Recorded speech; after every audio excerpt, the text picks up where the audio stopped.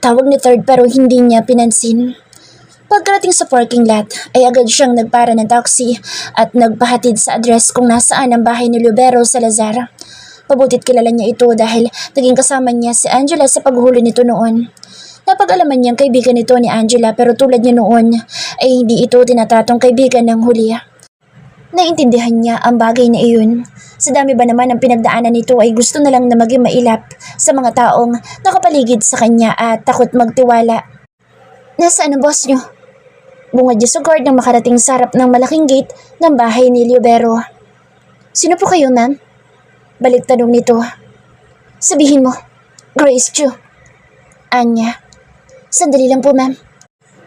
Kumuha ito ng cellphone at may sandaling kinausap. Masusunod, boss. Muli itong humarap sa kanya at binuksan ang gate. Pwede na po kayong pumasok, ma'am. Tumango siya at sinunod ang sinabi nito. Malalaka ang mga hakbang na nagtungo siya sa loob ng bahay nito. Nakangising sumalubong sa kanya si Libero. Welcome to my mansion. Kantsaw pa nito. Gago, hindi ako nagpunta dito para pakinggan ang kayabangan mo. Nasaan sila? Tinaasan niya ito ng kilay. Nasa basement. Buhay pa rin tulad ng gusto mo. Mabuti naman. Saan ba ang daan? I will lead the way. Nakangisi pa rin ito pero bakas naman ang pag-aalala sa mga mata at alam niya kung bakit. Hindi pa rin ayos sa lagay ni Angela. At don't worry, hindi namin siya pababayaan. Tugon niya kahit hindi ito nagtanong. Narinig niya ang pagbuntong hininga nito. Kung sana, hindi ko itinigil ang pagpapasunod sa kanya sa mga tauhan ko. Hindi sana humantong sa ganito. Tulad niya ay puno rin ng pagsisisi ang boses nito. Pare-pareho lang naman sila pero wala nang puwang ngayon ng pagsisisi. Ang mas mahalaga ay ang makaharap nila ang punot dulo ng lahat. We're here. Anunsyo nito nang sa wakas ay makarating sila sa basement. Pumasok sila sa nag-iisang pinto doon at bumungad sa kanya ang nakagapos na si Mary. Habang si Galero ay nakahiga sa isang couch at halatang hirap na hirap ito sa kalagayan dahil sa tama ng bala. Kumuha siya ng isang stool at tumapat sa nakasadlak na si Mary sa sahig. Napangat ito ng tingin nang maramdaman ng presensya niya. Pero bago pa man ito makatingin sa kanya ay agad na niyang sinalubong ng napakalakas na sampal. Demonyo ka! Ngayon, ikaw naman na maghihirap! Puno ng diing tugon niya at sinabunutan ito para iharap sa kanya ang mukha. Hindi ito nababakasan ng takot bagkus ay nakangisi pa ito na parang walang pakaalam sa paghihirap na mararanasan nito. Ayos lang. Nakaganti naman ako kay Angela. Tumawa ito na parang bruha. Sa gigil niya muli niya itong sinapak sa mukha. Dumugo ang labi nito pero hindi pa rin nabakasan ng takot. Mas lalo siya nagigil kaya sinakal niya ito hanggang sa mamutla ang mukha. Tama na. Huwag niya siyang saktan. Danig ng tugon ni Galero. Hirap na hirap itong bumangon pero nagpupumilit pa rin para lang pigilan siya. Dalhin mo yan sa ospital pero siguraduhin mong hindi tatakas. Mapapakinabangan natin siya. Tugon niya na makaharap kay Libero. Madilim ang mukha nito habang nakatingin sa nakangising si Mary. Alam na alam niyang gustong-gusto rin itong patayin ng demonyong nasa harap nila pero nagpipigil lang. Kahit naman siya ay ganoon din. Ako na bahala dito. Anya, tumitig muna ito sa dalaga bago tumango at sundin ang sinabi niya. Dinala nito si Galero palabas kahit ayaw nito. Wala pa din siyang magagawa dahil nanghihina siya. Nang masigurong silang dalawa na lang, ay saka nito ito pinaulanan ng suntok sa muka. Panay ng daing at ungol nito sa bawat lakas ng pagtama ng kamaon niya sa mukha nito pero hindi siya tumigil. Papatayin kita! Hindi niya mapigilan ng galit na wika. Kinuha niya ang kadenang nakagapos dito at ipinalibot iyon sa leeg nito at sinakala. Nakanganga na ito at halatang hirap ng huminga pero hindi siya nakaramdam ng kahit na konting awa. Ang mga taong dapat nakaawaan ay yung walang mga muwang at hindi ang tulad nitong mamamatay tao. Halos pumuti na ang mga mata nito nang tigilan niya sa pagsakal. Umubo ito ng umubo pero hindi pa siya tapos. Dinukot niya ang balang nakabaon sa balikat nito. Malakas itong napasigaw at pumailan lang sa pribadong basement. Sige sigaw! Dahil yan na lang magagawa mo ngayon. Nanguuyam niyang tugon. Hindi siya nakontento sa sakit na dulot ng ginawa niya at dinukot niya ang bala sa kabila nitong balikat at isununod ang nasa mga hita. Ihahatid kita sa pintuan ng impyerno. Nang makuha niya ang mga bala, ay pinasok niya yun sa bibig nito at siniguradong lulunukin nito. Bago ka mamatay, maniningil muna kami. seconds person over voice. Nanginginig akong inabot ang ballpen sa doktora. Nakatitig ako sa papel na ibinigay niya sa akin. Isang kapiraso ng papel pero kapag pinirmahan ko na, ay kapalit ang pagkawala ng buhay ng magiging anak ko. Parang pinupunit ang puso ko habang binabasa ito. Nakasulat doon na pumapayag ako ipagpatuloy ang operasyon ni Queen at tatanggalin ang anak ko sa tiyan niya.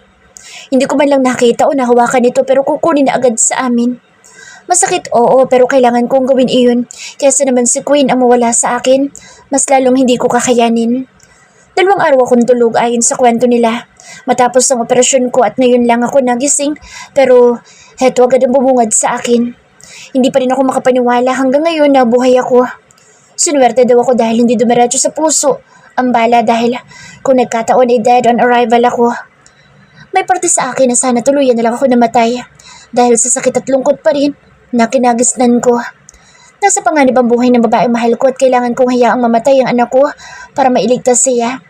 This is the most painful decision I've made in my whole life. Pero wala akong ibang choice kundi iyon.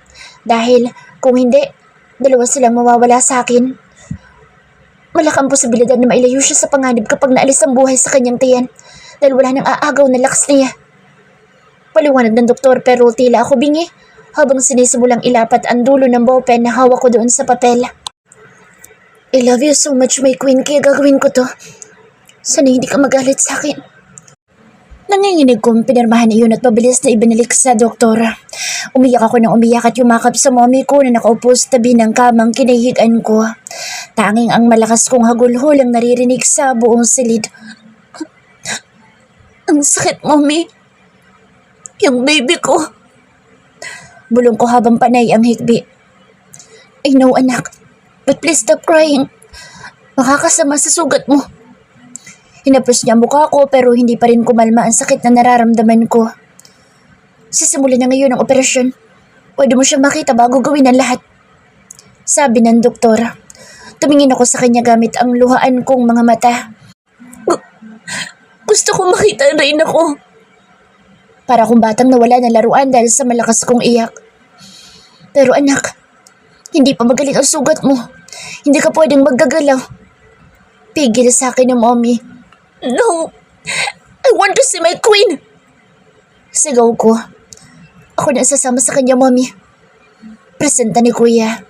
Wala na silang nagawa. Lumapit sa akin ang nurse na may wheelchair at tinulungan ako ng mga kapatid ko na umupo doon. Dala ang swero. Follow me. Tugon ito kay kuya. Lumabas kami sa kwarto ko kung saan ako naka-confine. Malakas na malakas ang tibok ng puso ko habang tinatahak namin ang daan papunta sa silid ng reyna ko. Hindi maampat ang luha ko dahil patuloy iyon sa pagdaloy. Para akong hinahati sa 2 habang iniisip na mawawala siya sa akin.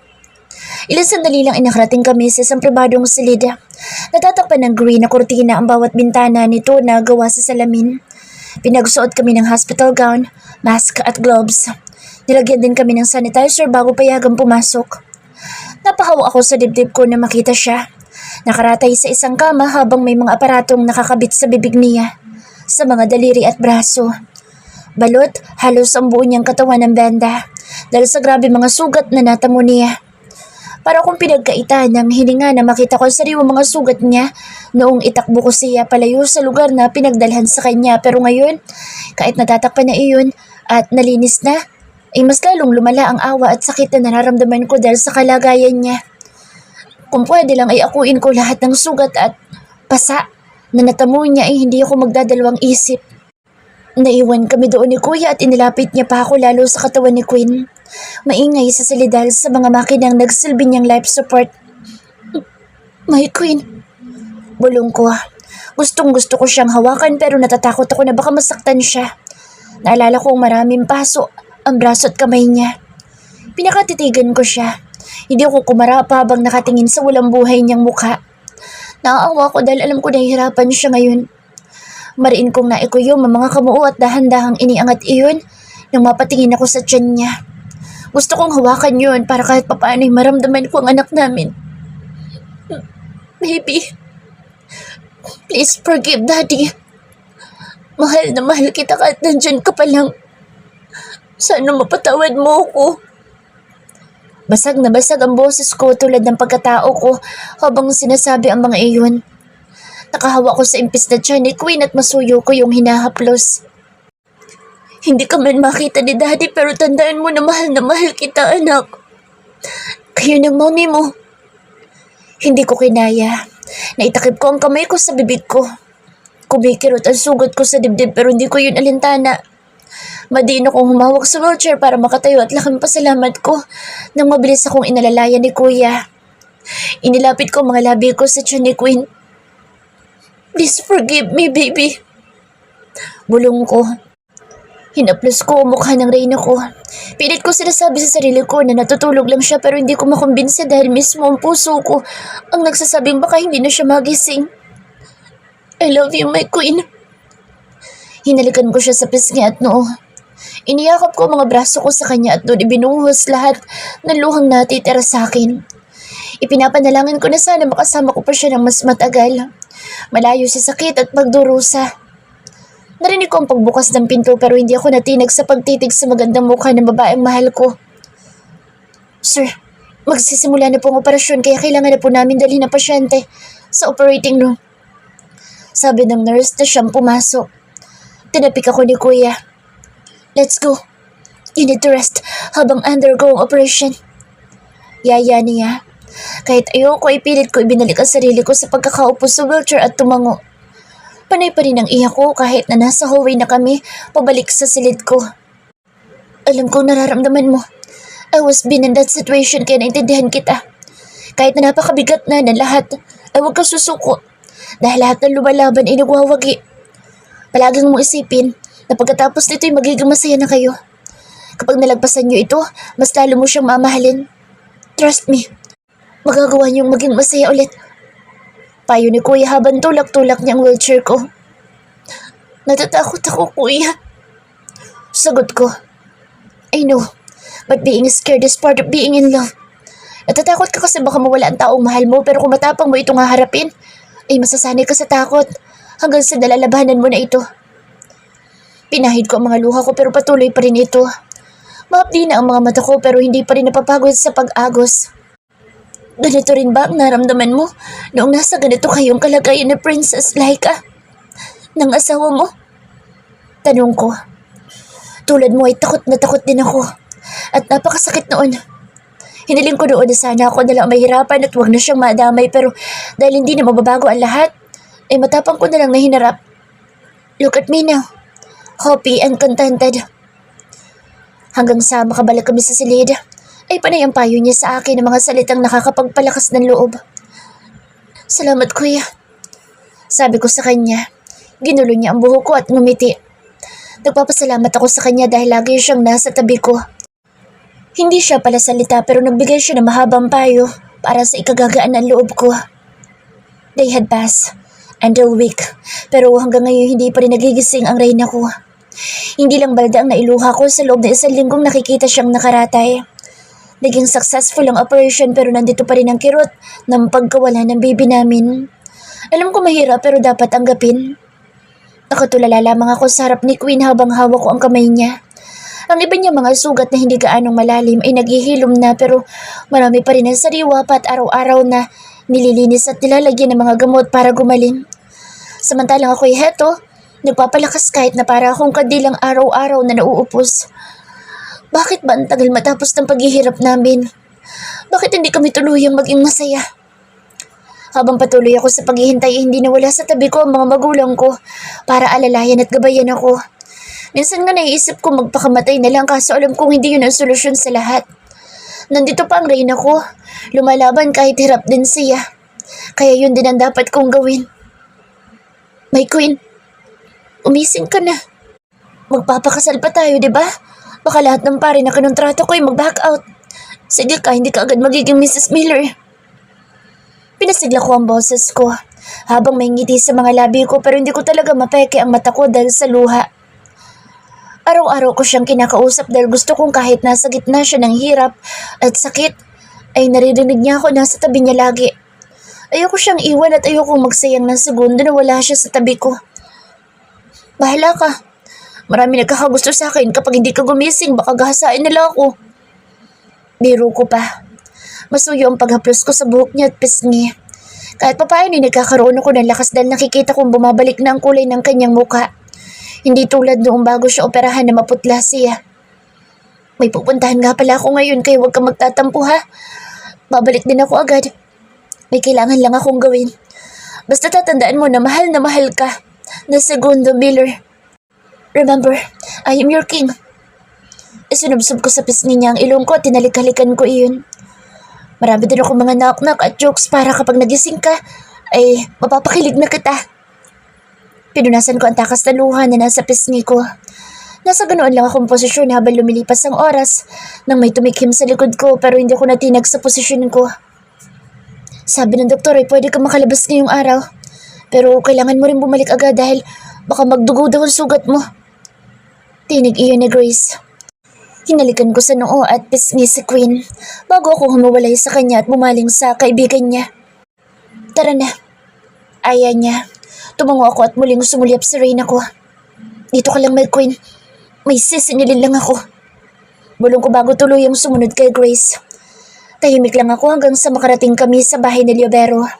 May kasama ko isang nurse dahil hindi pumayag sa mga minibasta-basta na lang akong aalis ng ospital at baka mapano daw ako. Pinapasok ang sasakyan, nalulan kami hanggang sa front door ng mansyon. Agad akong bumaba doon kahit hindi pa tuluyang na ipaparada. Sabik na sabik kasi akong maningil sa taong malaking pagkakautang sa akin. Buhay ang kinuha niya kaya buhay rin ang sisigilin ko. Nakarating kami sa basement dahil doon ako dinala ni Grace. Maiwan ka muna dito. Tugon ko sa nurse. Takot naman itong tumango. Pabalang kong binuksan ang pinto at agad na tumuon ang galit kong mga mata sa babaeng nakasadlat sa malamig na sahig. Marami itong mga pasa at sarado ng isang mata dahil sa bugbog na tinamo.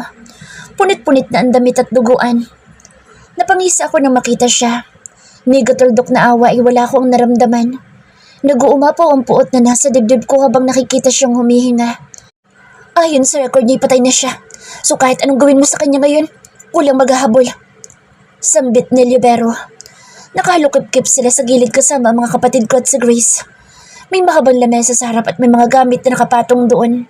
May bat, martilyo, barila, kutsilyo at iba pang pwedeng gamitin sa pagpapahirap sa kanya. Binuhay talaga namin siya para sa iyo. Ani Grace, masaya akong tumango dahil sa sinabi niya. Nagtagi sa mga bagang ko na makita kong gumalaw siya. Nagangat siya ng tingin at natuon yun sa akin. Mapangasal siyang umisi nang makilala ako. Oh, nandito na pala ang future husband ko. Anya, pagkarinig ko sa mga sinabi niya hindi ako nakapagpigil. Pinulot ko ang bat na siyang malapit sa akin at tinampas ko siya ng walang humpay. Tumama yun sa ulo niya pero hindi yun sapat para maibsan ang galit ko. Kung hindi dahil sa kanya, sana buhay pang anak ko. Kung hindi dahil sa kanya, sana hindi nakikipagpatentero ngayon ang babaeng mahal ko kay kamatayan. Tumulo mga luha ko sa sobrang galit at pagkasuklam sa kanya. Wala akong pakaalam kung saan parte ng katawan niya tumatama ang malakas na pagpalo ko ng bat. Kulang ang buhay mo para ipalit sa ginawa mo sa Reyna ko. Kulang ang buhay mo para makaganti sa pagkawala ng anak ko. Galit na ani ko. Sumabog ang labis-labis na galit sa dibdib ko. Hindi ko na iniisip na babae siya dahil kahit sino pa siya hindi ako manghihinayang napatayin siya nung sinaktan niya ang babaeng mahal ko at kinuha niya sa amin ang anak namin. Papatayin ko siya. Akmang pupulutin ko ng martilyo para tuluyang ibasag sa bungo niya nang pigilan ni Kuya ang kamay ko. Umiling siya at pinakita sa akin ang cellphone. Gising na siya.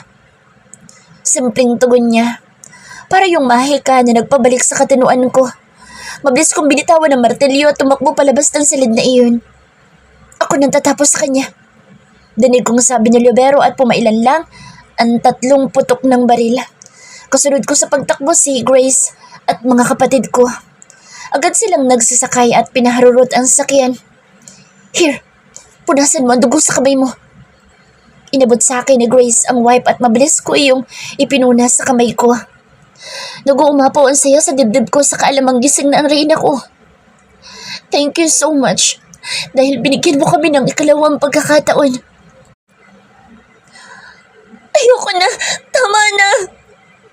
Natulos ako sa kinatatayuan ko nang marinig ang malakas na sigaw ni Queen. Nasa tapat na ako ng kwarto niya. Nagsipasukan na ang mga kapatid ko at si Grace pero ako'y natulala sa may pinto. Halos mabingi ako dahil sa lakas ng tibok ng puso ko. Kinakabahan ako dahil baka maiyak na naman ako sa loob. Tama na, please, tama na! Patuloy siya sa pagsigaw. Inalis ko lahat ng pag-aalilangan ko, saka ako nagmamadaling pumasok. Nawasak ang puso ko sa nadatnan ko. Nagwawala siya at bakas na bakas ang takot sa mga mata. Naikuyom ko ang kamao ko para pigilan ang emosyon.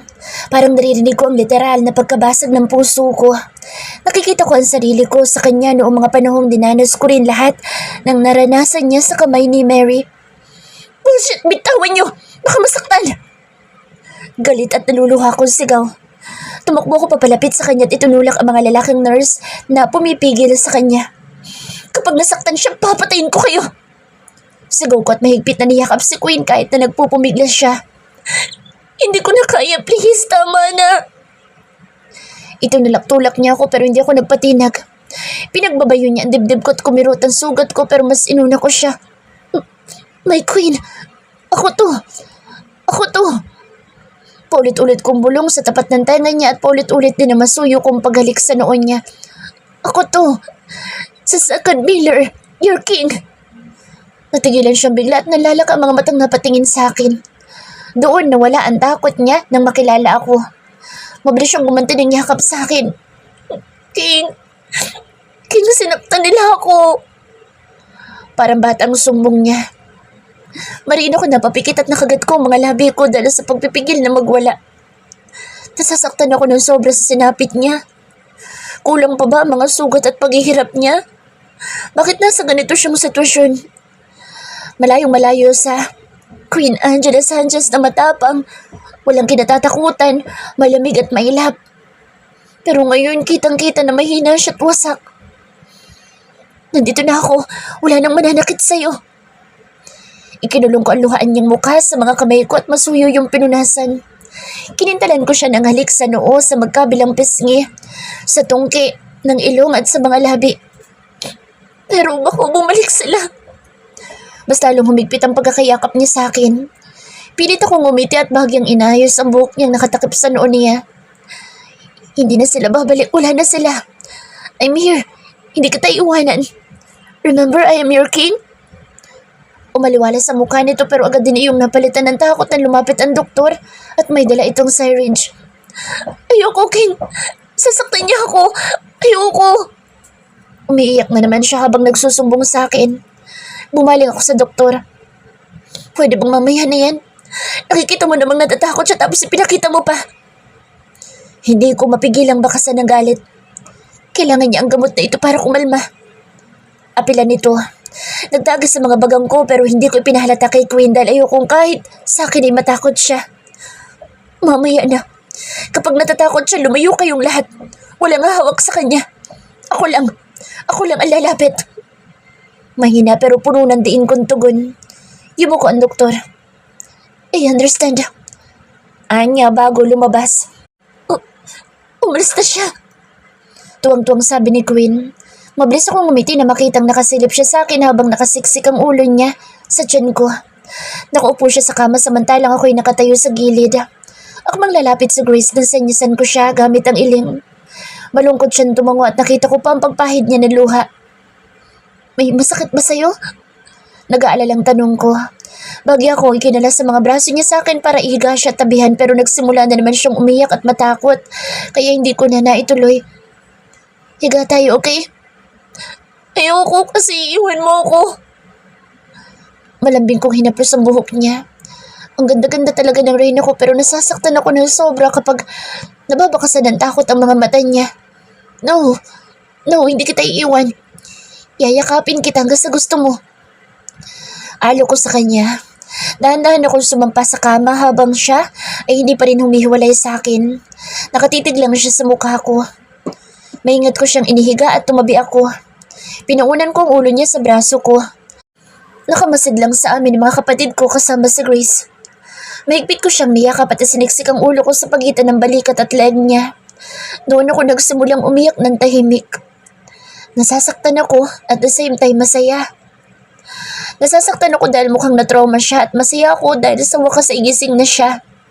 Hindi na ako matatakot araw-araw na baka magising ako na wala na siya. Wala na ako sa mga panahon ng buhay ko na ayokong pumikit dahil baka hindi ko na siya makita. Masayang-masaya ako dahil nayayakap ko na ulit siya ngayon at nakakausap na may kakayahan siyang sumagot. Bakit ka umiiyak? Tanong niya. Masaya ako, Queen, kasi hindi mo ko iniwan. Sagot ko. Naramdaman ko ang kamay niya na humaplos sa likod ko dahilan para mas lalo akong maiyak. Stop crying na, King, kasi kapag umiiyak ka nasasaktan ako. Huwag ka nang umiyak. Lumapat ang labi niya sa pisngi ko habang isang kamay ay pinupunasan ng mga luha ko. Hinalikan ko siya sa tungki ng ilong. I love you. Mahal na mahal kita ng sobra. Ngumiti siya. Mahal na mahal din kita. Di ba nga ako ang reyna mo?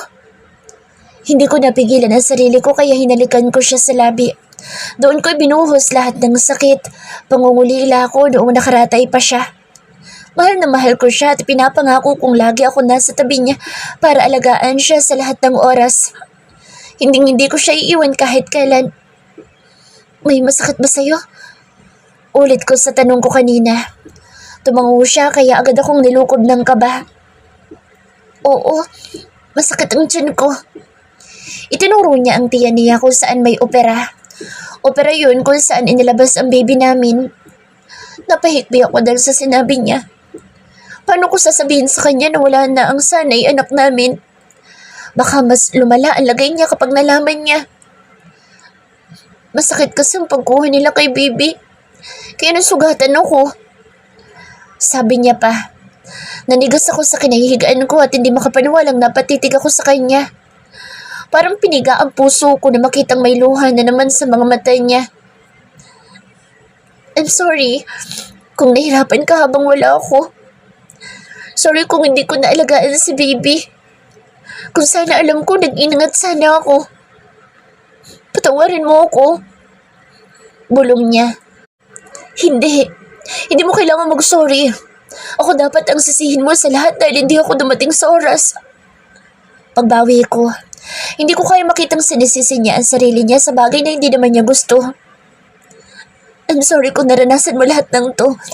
I promise, hindi ako mawawala sa tabi mo simula ngayon. Mahal na mahal kita.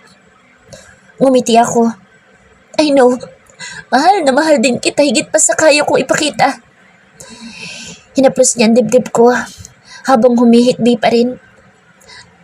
Sana ako na lang ang tinamaan ng bala. Don't say that, Queen. Don't worry about me.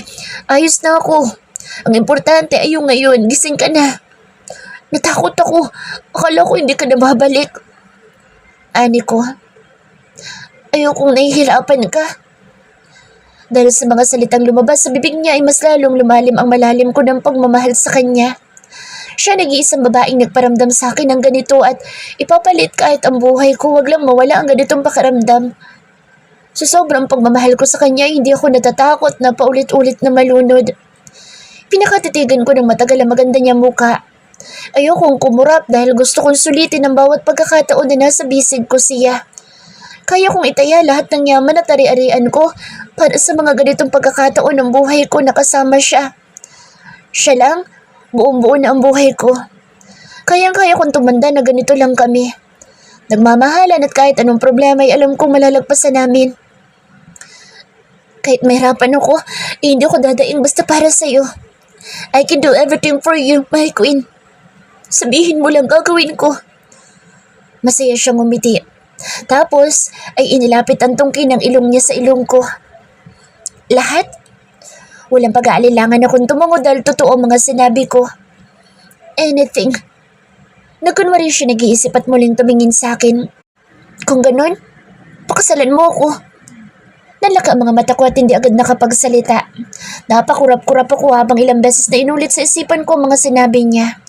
Bumuka ang bibig ko para magsalita pero walang anumang salitang lumabas doon. Natulala ako sa maganda niyang mukha. Really? Gusto mong pakasalan kita? Nauutal na tanong ko. Itinulak niya ako at inirapan.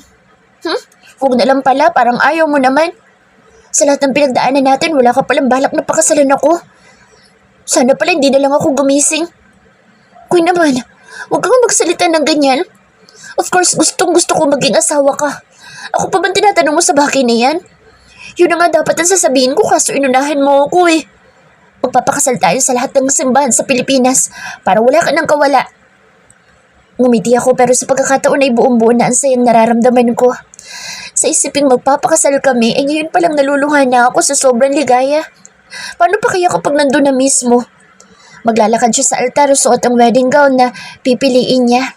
Samantalang ako'y nasa harap ng altar, hinihintay siya. I love you, sabi niya. I love you too.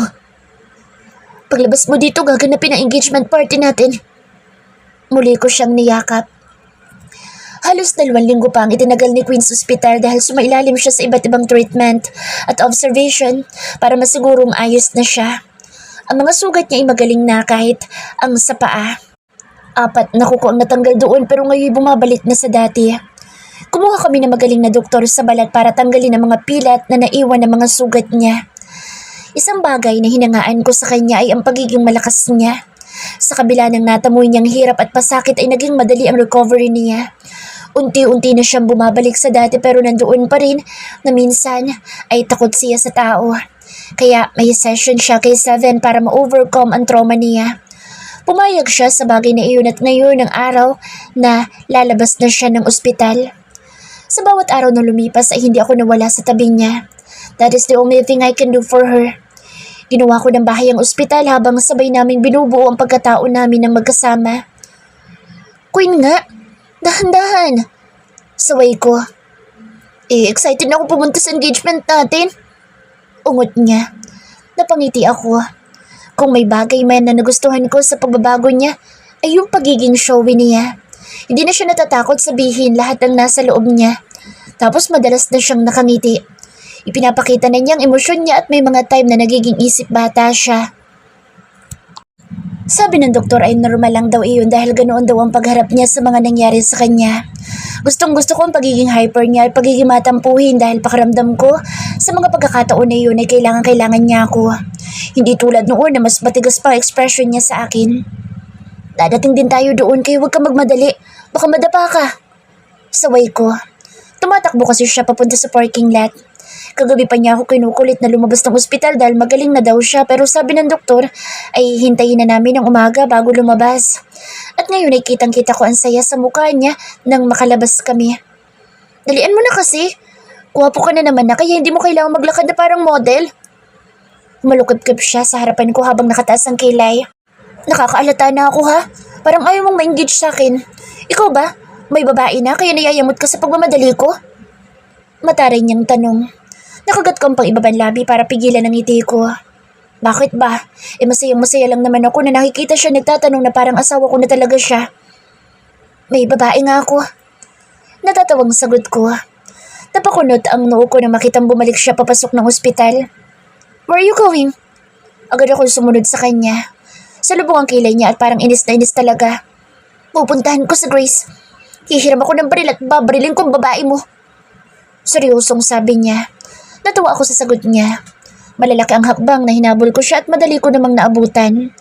Niyakap ko siya mula sa likod. Maraming tao sa lobby ng hospital at lahat napapatingin sa amin pero hindi ako nakaramdam ng hiya. Bakit ako mahihiya kung yakap-yakap ko ang babaeng mahal ko? Wala akong ikahihiya kahit buong mundo ang nanonood sa amin.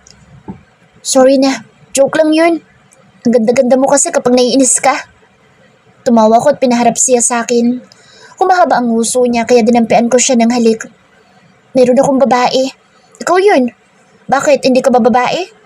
Di ba nga ikaw ang babaeng mahal ko? Ang reyna ko. Ang boss ko at ang buhay ko. Inarapan niya ako kaya natawa na naman ako. Hindi ako nayayamot na pumunta sa engagement party. Sino bang mayayamot kung ang babaeng pinakamamahal ko ang kasama ko sa pagdiriwang na yun? Hindi ako nagmamadali dahil may gusto pa akong gawin. Kumikislap ang mata ko sa sobrang saya. Kumakabog ng sobra ang dibdib ko habang nasa kamay kong nasa loob ng bulsa ang isang maliit na kahon. Ano naman yun, Aber?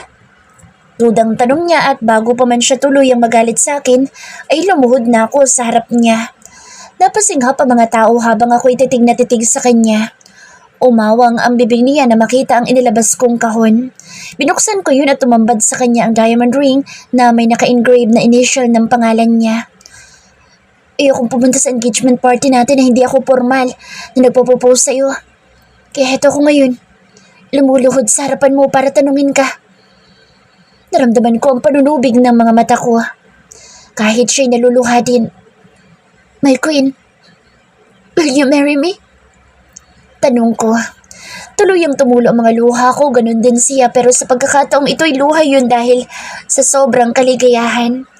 Para ako nasa alapaap na makita ko ang pagtango niya. Nag-uumapaw ang ligaya na nasa dibdib ko na tipong hindi ko na alam kung saan pa ilalagay iyon. Yes, I will marry you, my king. Sagot niya. Tom, I really deeply madly in love with this queen. Queen of my life. Angela's person-over voice. Habang tayo ay nagpapatuloy sa buhay, ay marami mga pagsubok ang dadating sa atin upang subukin ang tatag at tapang natin. Sinusubok kung hanggang kailan tayo marunong lumaban. At sa bawat pagsubok na iyon, maliit man o malaki, ay may mga aral tayong natututunan na nagiging dahilan para mas lalo tayong maging matatag. Sabi nga nila walang ibinibigay na problema ang Diyos na hindi natin kayang lampasan. Ibinibigay niya lahat ng pagsubok sa atin dahil alam niyang kaya natin. Kaya mo. It's been a year simula na mangyari ang lahat. Sa loob ng 1 taon ay tuluyan akong nakarecover sa pinsalang dulot ng ginawa sa akin ni Mary. Mahirap sa umpisa pero dahil nasa tabi ko palagi sa second at hindi niya ako iniwan sa mga sandaling kailangan ko siya, ay nagpursige akong gumaling. 1 taon na rin simula nang pilitin ko ang asawa ko na bigyan ng magandang libingan si Mary. Naiintindihan ko ang galit niya kaya matagal ko siyang napilit at pinag-awayan pa namin ang bagay na iyon. Oo, nagalit ako ng sobra kay Mary pero minsan din siyang naging parte ng buhay ko. Kaya hindi kinaya ng konsensya ko na pabayaan na mabulok ang katawan niya at itapon na lang sa kung saan. Inihimlay siya sa magandang himlayan na tuluyang nakapagpagaan ng loob ko. Kasama ang cellphone na naiwan niya noong tumalon siya sa building ng condo niya. Dahil alam kong lahat ng alaala at gamit na may kaugnayan sa kanya ay dapat ko na ring ibaon sa limot. Kahit hindi siya humingi ng tawad ay matagal na namin siyang pinatawad para na rin sa ikatatahimik namin. May parte sa akin na nagpapasalamat sa lahat ng pinagdaanan ko namin na second dahil isa yun sa mga naging dahilan kaya minahal namin lalo ang isa't isa. Samantalang si Galero ay ipinasok namin sa isang mental institution. Yun agad ang inayos ko nang matapos ang kasal namin ni second. Ilang araw matapos ang engagement party. Si Seven ngayon ang doktor ni Galero. Nagkaroon siya ng matinding depresyon dahil sa nangyari at sa pagkawala ni Mary. Madalas namin siyang dalawin kahit na palagi lamang siyang tulala at hindi makapagsalita. Malakang utang na loob ko sa kanya dahil kung hindi sa kanya ay hindi ko sana nararanasan ang saya at pagkakontento sa buhay ko kasama ang asawa kong second. Everything is in place. I am contented and happy with my king. Malakas kong sigaw at ilang ulit na bubunga ng hangin habang nakahiga sa stretcher. Mariin ako nakapikit habang madiing hawak ang kamay ni second. Hindi ko magawang labanan ang paghilab ng tiyan ko. Malapit na tayo sa delivery room. Kinakabahang bulong sa akin ni second. Nanginginig ang mga kamay niyang pinupunasan ng mga butil ng pawis na nasa mukha ko. Sa kabila ng labis na sakit ay nagawa ko pa siyang pukulin ng masamang tingin. Segundo, hindi ka na makakaulit. Sigaw ko. Pati siya ay hinihingal na rin dahil siguro sa kaba. Kuy naman, huwag kang sumigaw, natatakot ako. Naluluha siya habang nakahawak sa kamay ko. Kapag nilabas ko na itong anak mo, hindi ka na makakatulog sa loob ng kulambo. Asiko pa. Queen, huwag naman ganun. Huwag mo nalang ilabas sa baby. Angal niya. Sa gigil ko sa kanya, kinagat ko ang kamay niya. Napanguwi siya pero hindi nagreklamo kahit bumauna ang mga ngipin ko sa palad niya. Ang sakit. Muli na namang humilab ang tiyan ko. Ngayon lang yan, Queen, pero kapag nailabas mo na sa baby, ayos na ulit, okay? Imbis na kumalma ay mas lalong nadagdagan ng inis ko dahil sa mga pinagsasasabi niya. Relax lang, Mrs. Papasok na tayo sa delivery room. Sabi ng nurse na nakaalalay sa akin. Halos pangapusan ako ng hininga dahil sa kakaibang kirot na nararamdaman ng tiyan ko. Basang-basa na rin ang puwerta ko dahil sa pagsabog ng panubigan. Gusto ko matulog dahil hindi pa man ako umiiri ay pagod na ako pero kailangan ko yung pigilan hanggat hindi na ilalabas si baby. Ito ang magiging unang anak namin na second at wala kaming mapagsadlan ng saya nang malaman naming buntis ako. Noon nga ay ayaw ni Sakad na magdala ako ng bata dahil baka daw bumalik ang trauma ko. Hindi kasi naging madali sa amin ang pagkawala ng una naming baby. Alam kong gustong-gusto na niya magkaanak pero ipinayo niya iyon dahil iniisip niya raw ako. Mahal na mahal ko siya kaya gusto kong ibigay isang bagay na bubuo sa amin bilang pamilya. Ipinangako ko sa kanya na gagaling ako at magkakaanak kami. Paglipas ng 1 taon ay umayon sa akin ang tadhana. Kaya nandito ako ngayon upang manganak sa sanggol na patunay kung gaano namin kamahal na sa ng isa't isa. Sumama ka sa akin sa loob. Naiiyak na tugon ko kay Sakand. Hindi ko magawang magsungit dahil ang sakit-sakit na talaga ng tiyan ko. Queen, nandito lang ako. Iirin mo lang ha. Kailangan i-push mo para lumabas agad si baby tapos huwag kang matutulog. Natatarantang sunod-sunod niyang bilin sa akin habang naghahanda na ang doktor na magpapaanak sa akin. Mabilis siya nagsuot ng hospital gown at net sa ulo. Sinabunutan ko siya dahil mas lalo ako nadidistract sa dami ng sinasabi niya. Ikaw na lang kaya ang mga anak. Ang daldal mo. Nakangawi siya habang ang mga kamay ko'y nasa buhok niya pa rin. Kinakabahan kasi ako, Queen. Pakiramdam ko ako manganganak eh. Hanggang sa maayos ang pwesto ko at inihanda ako ng doktora. Sa bawat iri na gawin ko ay sumasabay din ang iri ni Sakand. Hawak-hawak niya ng mahigpit ang kamay ko. Imbis na ako ang kumuha ng lakas sa kanya ay parang siya pa ang kumukuha ng lakas sa akin. Tagaktak na ang pawis ko pero mas basang-basa siya ng pawis kesa sa akin. Iri pa, Mrs. Nakikita ko ng ulo ng bata. Sabi ng doktor kaya umiri ulit ako kasabay sa Sakand. Nandoon na daw ang ulo, Queen. Nandoon na ang ulo ni baby, kunti na lang. Baka sa sobrang kaba sa boss niya. Iri ulit tayo. Aya niya. Kahit na pagod, ay nagawa ko pa rin mapangiti dahil sa sinabi niya. Ako ang nanganganak pero mas mukhang pagod na pagod siya. Iri pa, Mrs. Ulit-ulit ng doktora. Mariin akong pumikit at lahat ng lakas na meron ako'y ibinuhos ko na. Muli akong umiriya. Nanginginig ang kamay ko sa sobrang pagod at siya naman pagpalahaw ng iyak ng isang sanggol. Naramdaman ko ang ilang ulit na paghalik sa akin na Sakand sa noo at labi. I love you so much. Thank you for the wonderful gift, my queen. Dinig kong paulit-ulit niyang bulong. Basag ang boss niya tumihikbi. Tuluyan na akong tinangay ng antok dahil sa sobrang pagod. Kumunot ang noo ko nang makitang nasa front door ng bahay namin sa Sakand at umiiyak. Nakayuko siya at parang may hinihintay. Kagagaling ko lang sa grocery store dahil naubusan na kami ng stock ngayong buwan. Gusto niya sumama sa akin para daw hindi ako mahirapan pero tumanggi ako dahil walang bantay kay baby Genesis. Lalaki ang anak namin. 3 buwan ang matuli na lumipas simula nang maipanganak ko siya. At simula nang dumating siya sa buhay namin ay mas lalo kaming sumaya at naging kumpleto. Ako na po dyan, ma'am. Salubong sa akin ng maida. Ngumiti ako at ibinigay sa kanya lahat ng pinamili ko at bumaba sa sasakyan. Nang makita ko na Sakand ay para itong batang tumabi sa akin habang nagpupunas ng luha. Ano nangyari? Hindi ko mapigilang mag-alala. Suminghot-singhot siya habang nakayakap sa akin ng mahigpit. Si Genesis, umiiyak na naman. Sumbong niya. Umiiyak na naman ang anak mo kaya umiiyak ka rin? Kinurot ko siya sa tagiliran. Kapag naririnig mo umiiyak ang anak mo, aluin mo para tumahan. Hindi yung palagi ka sasabay sa pag-iyak niya. Sermon ko. Bakit pa ba ako nagtaka? Simula na maisilang si Genesis at magising ako sa ospital, ay ganoon na siya. Kapag umiiyak ang anak niya, isasabay din siya ng iyak. Ang rason niya, natatakot siya kapag umiiyak ito kasi hindi niya alam ang gagawin. Ako ka talaga, segundo ka. Isa lang ang anak natin, pero mas konsumisyon ako sa ama. Hinila ko siya papasok sa bahay at tumuloy sa kwarto ng anak namin. Nandun ito sa crib habang pumapalahaw ng iyak. Napasentido ako. Umiiyak ang anak niya tapos nasa labas siya umiiyak din. Anak, huwag ka na nga kasi umiyak. Nandito na si mommy mo, oh. Naluluhang sabi ni Second habang nagtatago sa likod ko. Siniko ko siya dahil sa inis. Sa paggawa sa kanya, tapang-tapang mong umulos tapos ngayon iiyak-iyak ka? Mahigpit niya akong niyakap mula sa likuran at pinagahalikan ng leeg ko. Ganyan siya kapag alam niyang palpak siya.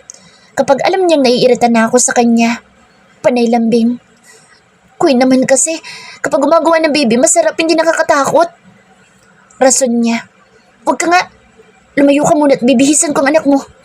Puno na ang diaper niya tapos pinabayaan mo lang. Naglalaro lang kami kanina tapos bigla na lang siyang umiyak. Napapakamot pa siya sa ulo. Inirapan ko siya. Naku, kung hindi lang sukdulan ng pagmamahal ko sa'yo, matagal na kitang iniwan. Huwag kang magsalita ng ganyan. Napangawi ako nang marinig ang seryoso niyang boses. Kahit naman napakaiyakin itong asawa ko ay nakakasindak kapag nagagalit dahil parang kakain ng tao. Tinataasan mo ko ng boses, Second Biller? Sinamaan ko siya ng tingin pero kahit para siyang bulkan, kapag nagagalit ay hindi niya ako kailanman binuntunan ng galit niya. Ngumuso siya at sumiksik na naman sa akin. Queen naman, hindi ako nagtataas ng boses. Ayoko lang sa salitang may kinalaman sa pangiiwan. Nasasaktan kasi ako kahit alam ko joke mo lang yun. Alam mo namang mahal na mahal kita to the end power. Paglalambing na naman niya. Kinagat ko ang labi ko para pigilan ang mapangiti dahil sa mga sinabi niya. Alam mong hindi ako nakakatiis kapag naglalambing ka, kaya inaabuso mo. Kunwari galit na sabi ko pero napangiti na ako ng tuluyan. Kahit iyakin at takot siya, ay hindi nabawasan noon ang pagmamahal ko para sa kanya. Kaya simpleng lambing lang ay ayos na. Isa pa, ako ang dapat na mag-aasikaso sa anak namin dahil ako ang ina. Kaya walang kaso sa akin iyon. Iyakin lang naman ito sa harap ko pero kapag ang ibang tao ay parang bato ang tigas ng expression at kinatatakutan. Alam ko kasing patay na patay ka sa akin. Hirit niya pa at kinagat ang pang-ibabaw na labi ko. Nanggigigil na naman siya. Ewan ko sa'yo. Tuluyan ko ng binihisan si Genesis habang ang ama niya ay parang tuko na hindi humihiwalay sa akin. Sundan na natin si Genesis. Inaamoy-amoy niya pa ang kilikili ko. Isa pa sa hobby niya bukod sa pagkagat-kagat sa ilalim ng labi ko. Pagtigil ka. Susundan ng natin siya kapag marunong ka na magpalit ng diaper, magtimpla ng gatas at kapag alam mo na kung paano siya patatahanin. Really? Para siyang batang nangingislap ang mga mata dahil sa sinabi ko. Oo, para kapag nadagdagan ng anak natin, ay matutulungan mo na ako. Mayaman si Second at ako ay may sariling ipon kaya kung tutuusin ay kaya namin mag-hire ng magbabantay kay Genesis. Pero hindi ko gusto ang ideya na iyon dahil mas gusto kong ako mismo ang mag-aalaga sa anak ko. Ayoko maranasan niya ang naranasan ko noon na walang mga magulang na nag-aaruga. Gusto kong punuin siya at ang mga susunod pa namin na anak ng pagmamahal na hindi ko naramdaman noon. Tumango-tango siya at pinagsali ko pa ang mga palad. Walang bawian? Oo. Pagkarinig niya, sagot ko ay mabilis niyang inagaw sa kamay ko ang diaper. Sige na, turuan mo na ako. Basta 10 gusto kong anak. So, bali, siya pang gagawin natin. Tuwang-tuwang sabi niya at pinakita pa talaga sa akin na kinikilig siya. Napatawa ako dahil sa inakto niya. Napatitig ako sa gwapo niyang muka at masayang kislap ng mga mata niya. Ang tanawing iyon ay sapat na para mabuo ang habang buhay ko na kasama siya. Kontento na ako sa buhay na meron ako ngayon.